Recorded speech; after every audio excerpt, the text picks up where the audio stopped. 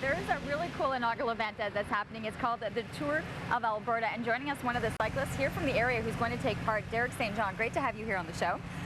And you're saying, I mean, we were kind of talking about the world of cycling. You got the Tour de France. Yeah. There's tours that are starting in North America, and this one is actually amongst one of the top ones. That's what you're expecting.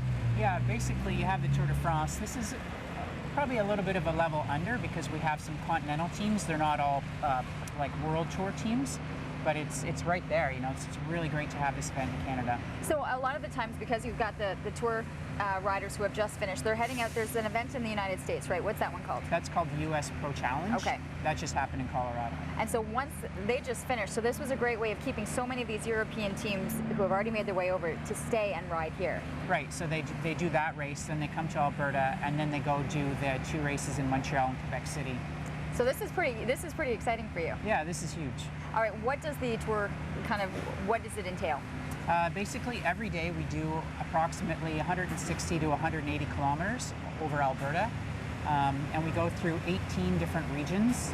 So everybody's going to see a good chunk of Alberta. Now, there's a great local contingent. We've got 4 riders from Ottawa. So how did all that get together?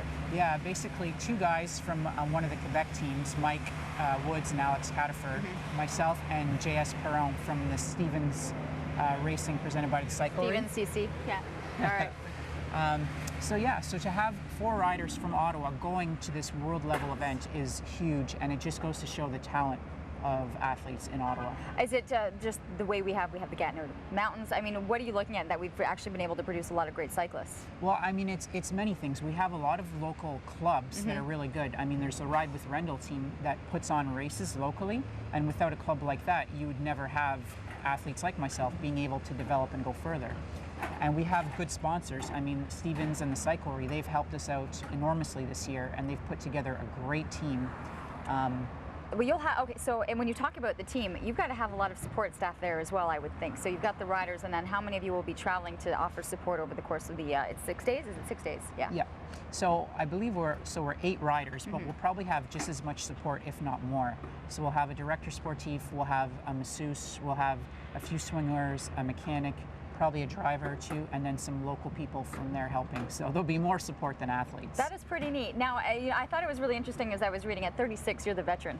Yeah. Is that, I mean, that's what we're looking at in terms of the sport, and when you look at the ages of what we're seeing? Well, I mean, for me, it's a little bit of an anomaly. I mean, most of the time, these opportunities are given to a lot of the younger athletes. For reasons that are justified. I mean, if you send a 22-year-old athlete, he can get 3-4 Olympics in him. So a lot of the things are based on Olympic years and world championships. But you know, I think I've just been there and just been slugging away the last 10 years. And do you find this is worth the slugging, that you have an opportunity to be in a race like this? Absolutely. This is one of the objectives when I first started, and it's really nice that it's so close. Okay, so what's the final preparations as we're heading into this then?